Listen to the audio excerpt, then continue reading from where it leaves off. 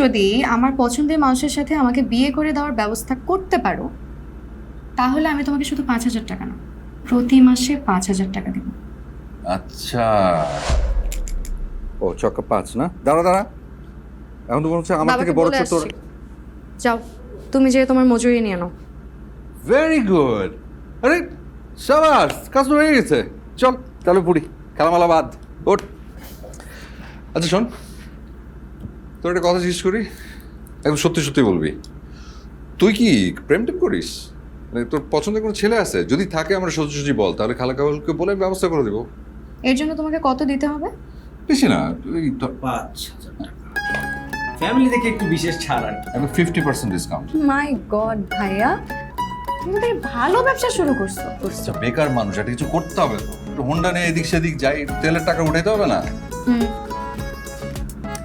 আচ্ছা, তুমি যদি আমার পছন্দের মানুষের সাথে আমাকে বিয়ে করে দেওয়ার ব্যবস্থা করতে পারো, তাহলে আমি তোমাকে শুধু 5,000 টাকা না, প্রতি মাসে 5,000 টাকা দেব।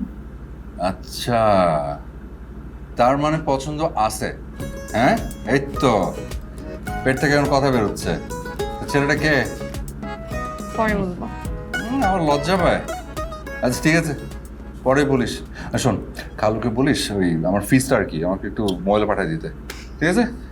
চল যাই। চল, না খেয়ে কোথায় যাচ্ছ? যাবো, একটা কাজ আছে একটা জায়গায়। যেখানে খুশি যাও, না খেয়ে কোথাও যেতে পারবে না। আচ্ছা তুই সারাক্ষণ আমার উপর এরকম খবরদারি করিস কেন বলতো? কথা কম বলো, টেবিলে খাবার দিচ্ছি, খেয়ে যাও। খাইতে তো ভালোই লাগে। আসো না। তুই তো আসিস তো খাওয়া নেই, বিনা গায়ে।